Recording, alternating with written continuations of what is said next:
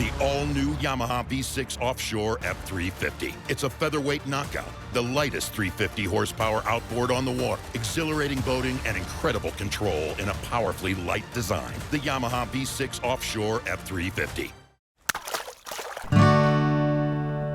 The Fishing News is sponsored by these fine partners.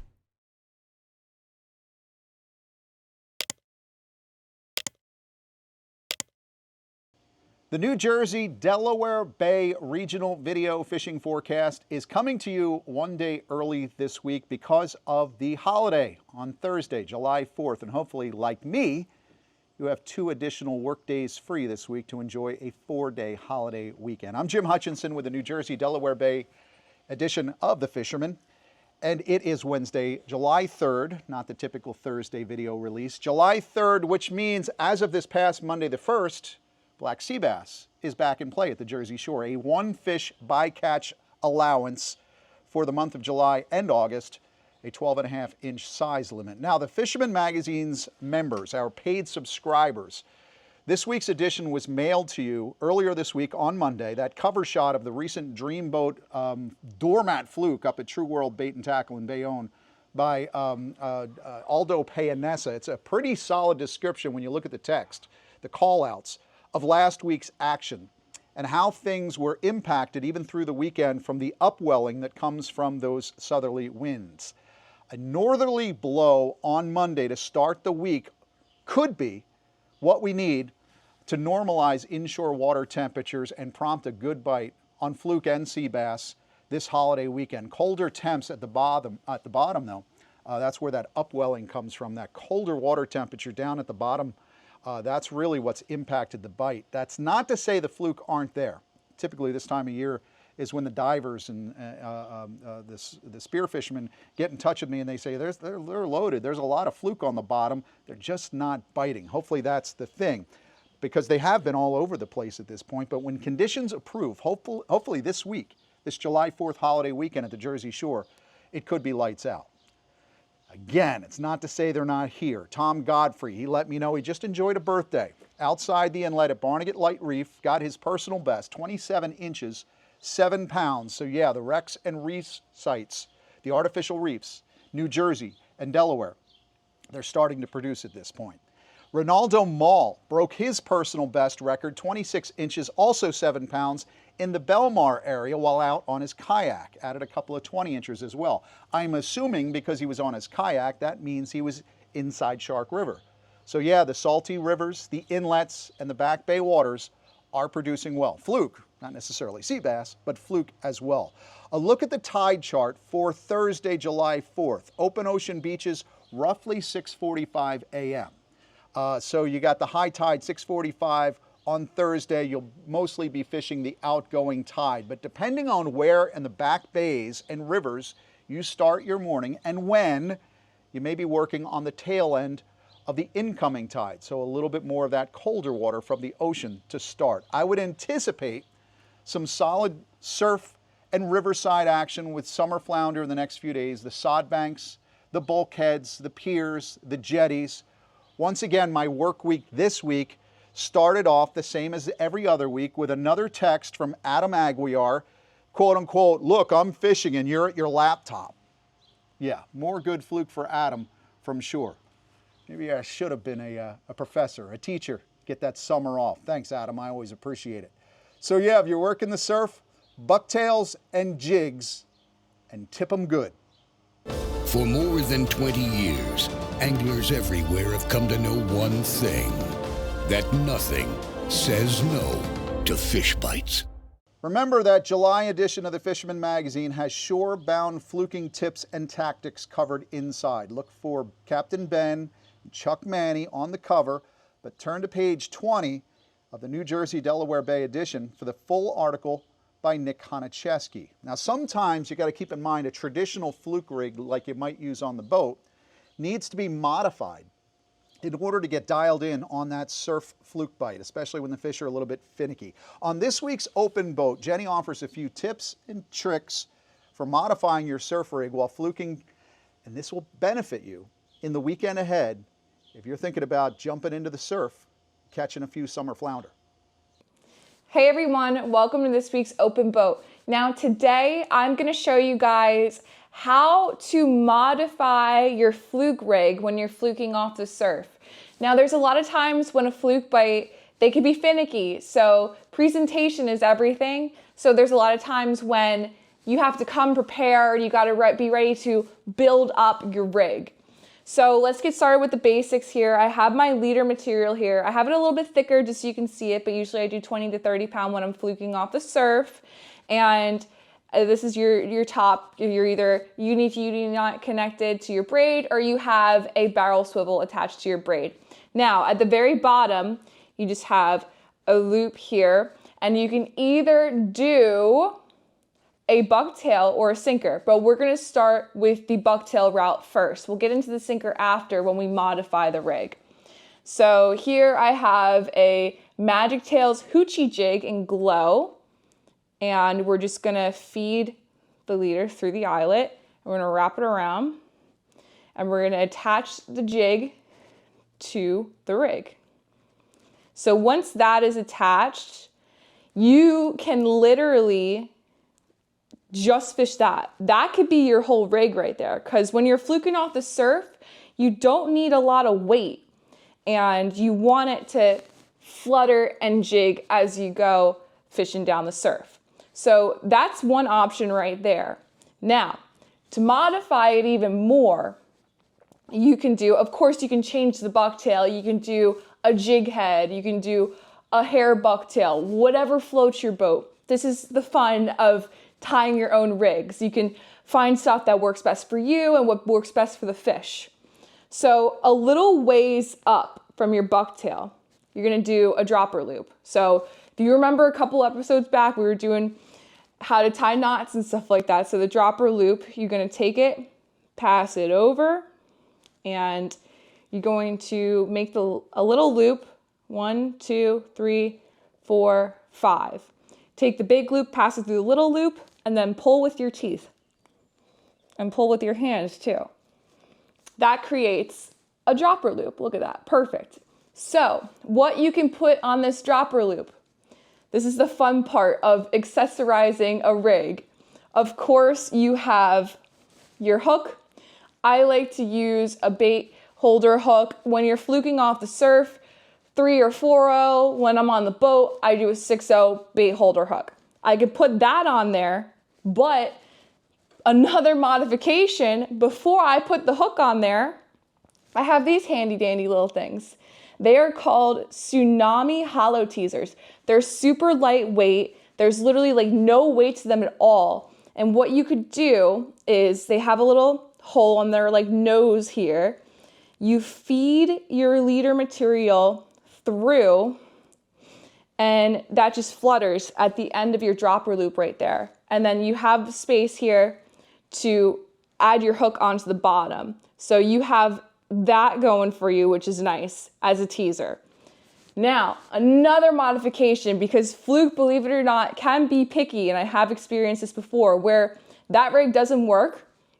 I literally take the bucktail off the bottom, and I put just a little bank sinker on there. And I have up at the top that dropper loop, I have either a naked teaser hook or I put the hollow teaser on, and it works. You just have to, fluking off the beach, I mean, fishing off the beach in general is such a labor of love. You got to put your time in and really make it work.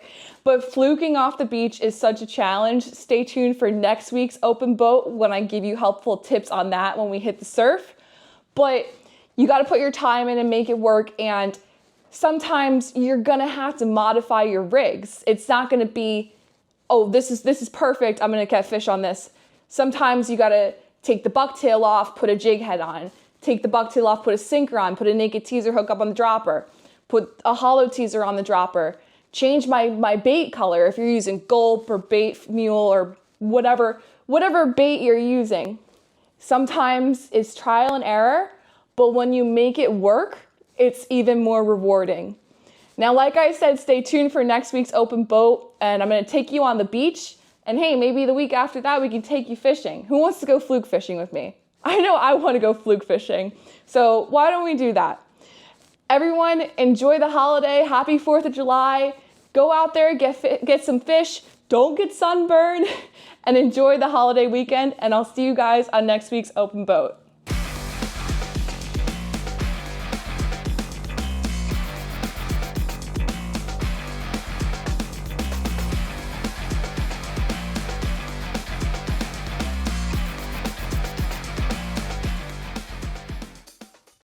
Shark Week on the Discovery Channel begins on Sunday, July 7th. It runs through Saturday the 13th.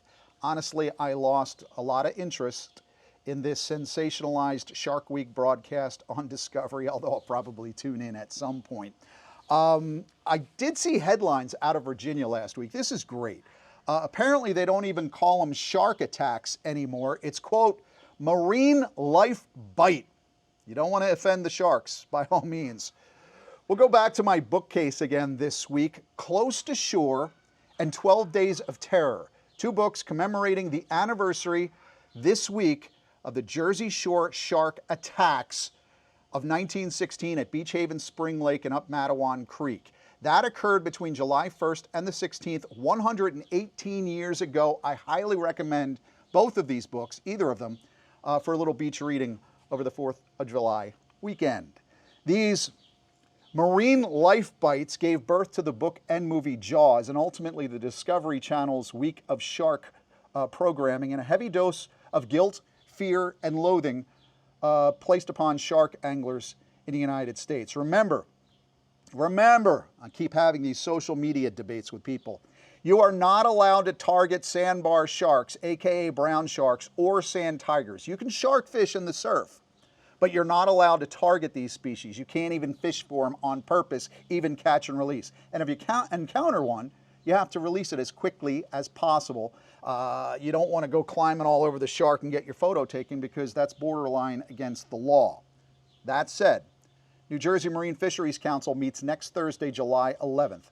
I spoke last week about speckled trout being on the agenda for the next meeting of the Marine Fisheries Council in Galloway on Thursday. Well, Scotty Thomas from Grumpy's in Seaside has been leading a charge to legalize catch and release fishing for sand tigers and sandbar sharks at the Jersey Shore, and you can expect some discussion next Thursday in Galloway. Again, it's legal at the Jersey Shore to go shark fishing. I don't even know if any beaches at this point have put restrictions on them, but it's legal. But it's against the law to actually target sandbar sharks or sand tigers. This is a post from the New Jersey Division of Fish and Wildlife and their enforcement folks. It's 5 years old, but it still stands from an enforcement perspective. Quote, federal regulations prohibit targeting any prohibited species, aka sand tigers and sandbars. Now, if you read my editor's log in the May 24th edition of the Fisherman magazine, there's a little bit of a disconnect between the state regulations and the federal regulations, what the federal says and what the state mandates. Think about it, folks. To have an allowable, legal, targeted catch and release fishery on a prohibited species, big picture, folks, big picture. Go get them, Scotty. Weather-wise, here at the Jersey Shore at this point in the week, I don't want to even look at Saturday's forecast from the Weather Channel, but at least it's not 80%. More importantly, of course, is looking at the marine forecast from NOAA. More south winds this week, but they're not honking, not Friday and Saturday anyway, so that's good. Hopefully you can take advantage of that Friday morning, Saturday morning, before the crowds come out. Offshore, just keep an eye on the offshore marine forecast, as you always do. The bite is intensifying at the edge at this point. We're seeing more and more yellowfin and big eye in the mix. My friend Steve Merrill got out aboard the Experience out of Brielle, got himself a 135-pound big eye. I did not get a sashimi delivery, and that will not be forgotten, Stephen. If you go to the fishing reports this week at thefisherman.com, go to New Jersey, go down to Tom P's offshore report. They're scant, but there's some good reports in there. In fact, Captain Cody and crew of Jersey Nuts, they run out of Manasquan. They also run out of Atlantic City. He said they found a pretty good body of big eye in the past week. If you're looking to escape the crowds at the Jersey Shore for the July 4th weekend, thumb through that July edition of The Fisherman. That's the one with Ben and Chuck on the cover. It's in the newsstands now. Go to page 28. Find Scott Newhall's article called NJ Blue Holes, Tropic-Style Waters in the Ponds. Now, I found this story to be very interesting about those quarry pits and those Caribbean-looking blue waters in the old quarry holes. Sometimes they're deep in the pines. Some areas are posted. They're off limits, but there are interesting waters you can carefully access, and it might be a fun exploratory trip for you in terms of finding slime darts and bucket mouths. Exploring the wilds of New Jersey, getting off the beaten path, going through the pines, going through Chatsworth, laying a fly down on the Flatbrook in Sussex County, maybe heading out of Fortescue, just going down to Fortescue. It's beautiful. It's amazing piece of land if you've never been there. There are a lot of fishy options in the Garden State, and we try to cover them all on a regular basis in the Fisherman magazine. Take advantage of all of these opportunities that we have to offer in the Fisherman magazine and also in the Garden State. I know a lot of folks will be heading out to the mountains this weekend, so let's take a look at the freshwater options in the tri-state area. We'll go to the Lone Fish Studios and check in from Jim Thorpe, PA, with George Shower, our Pocono Outdoors guy. Well, hey, thanks, Jim. You know, the weather is finally cooling off a bit. As a matter of fact, the nights have been down, even in the 50s here in some places, getting some of that heat off of that water, I think turning some of that fishing back on a little bit. You know, checking in on the Sweetwater action, and especially in North Jersey, we had a few friends check in. All these guys are out fishing with Jen Wong, and they managed to get some great fish. We had Katie McGrath check in, and she had an absolutely gorgeous smallmouth there up in North Jersey. Also, Chris Parina, he was getting the action too with a really nice largemouth bass, and of course Jersey Jen himself getting it done with a couple really nice bass, especially on those jerk baits, and that pattern again continues to work well throughout the entire season. But guys, don't forget there's still lots of other fish. You can get the crappies. You know, Chris Matchison was out loading up with crappies, and some pretty decent ones too. I think he said he had one up about 16 inches, and a beautiful largemouth he got. Unfortunately, he's keeping his lake of choice rather secret, so I can't blame you there, Chris, for not giving away your spot. But no spot burning here, buddy. Keep getting on those fish. Guys, I know you're all getting ready for this long 4th of July holiday, but please get out, be safe, get out and fishing. But from Pennsylvania, I'm George, your Pocono Outdoors guy.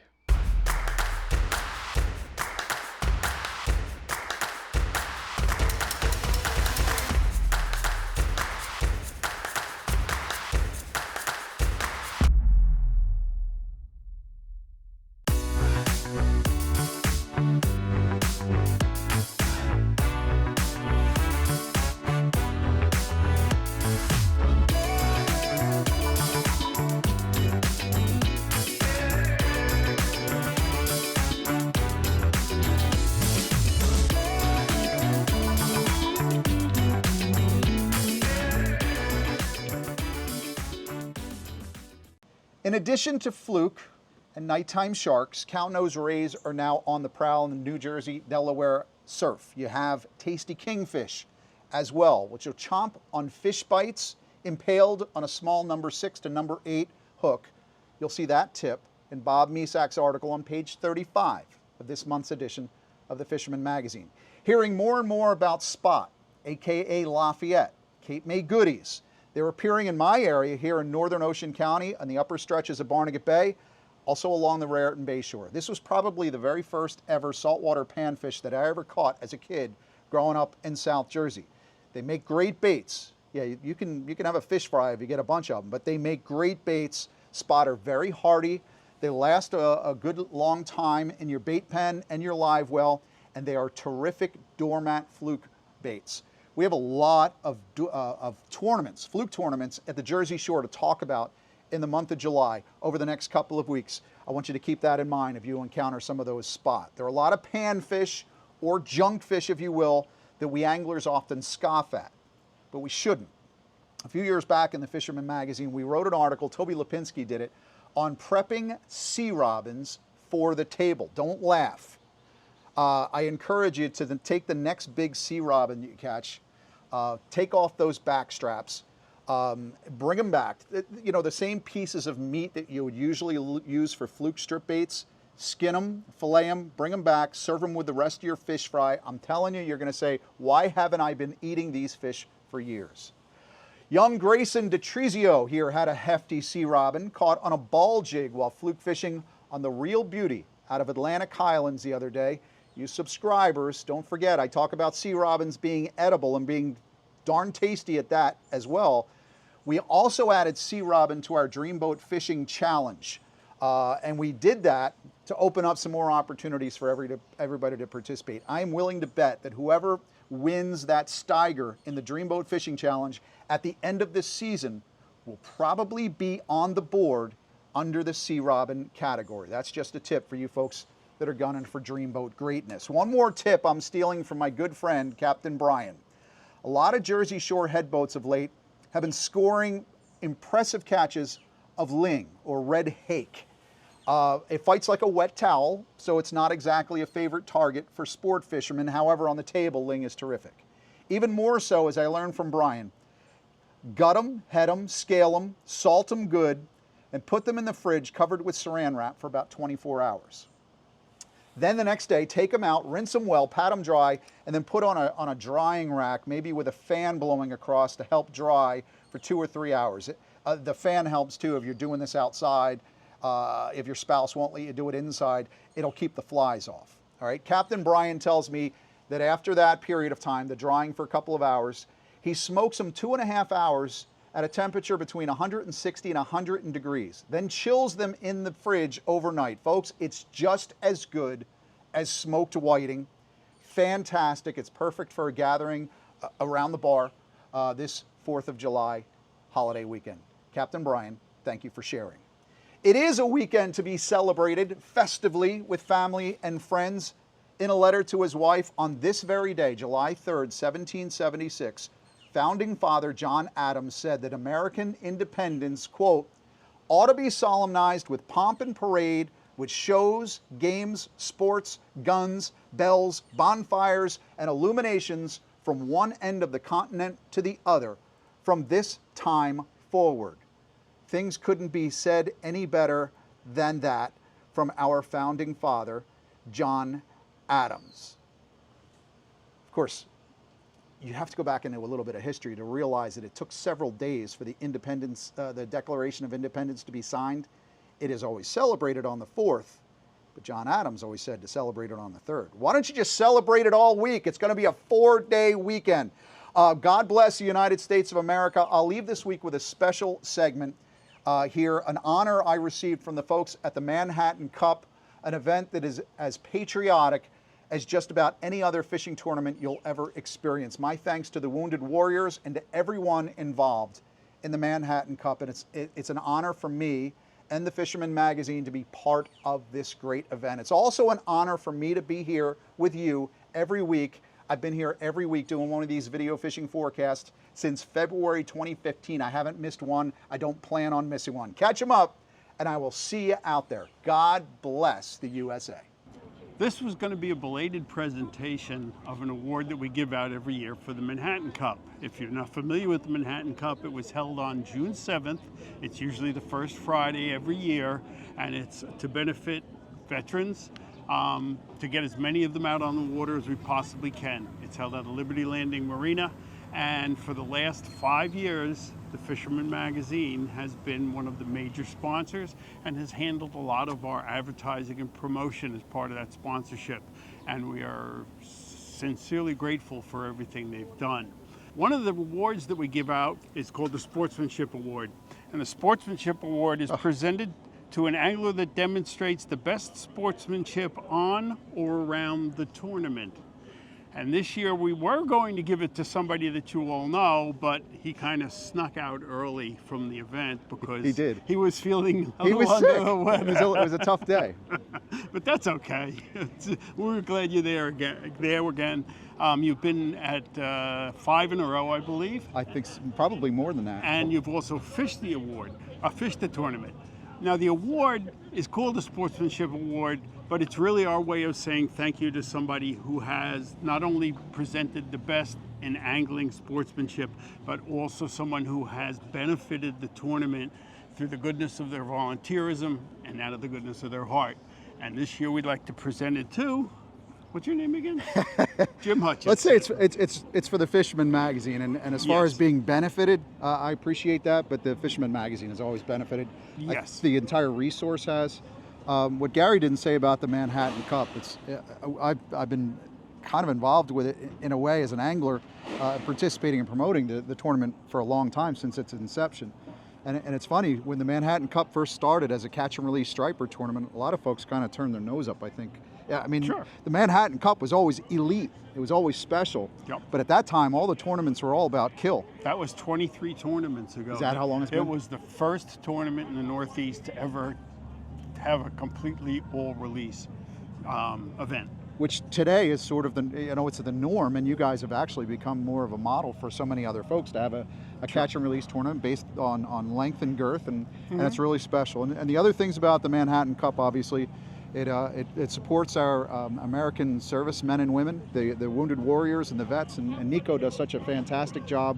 I've met I've met so many great warriors over the last few years, and just to see them and experience this. And the other thing that I would say about the Manhattan Cup and how much I appreciate this is that through the Fisheries Conservation Trust as well, that the Manhattan Cup actually helps sponsor our Northeast striped bass study with Gray Fish Tag Research.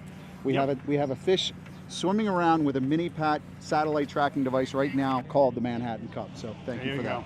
Yeah, and again, this is presented to you, but it's also our way of saying thank you to the entire crew at the Fisherman magazine, Mike Caruso, John DeBona. You guys have all been great. You've been huge help, more than you'll ever know. And we hope to have you involved with us going again year after year. God willing, I'll be there. Gary, Thank you. I'm honored. Thank you so much. Appreciate it.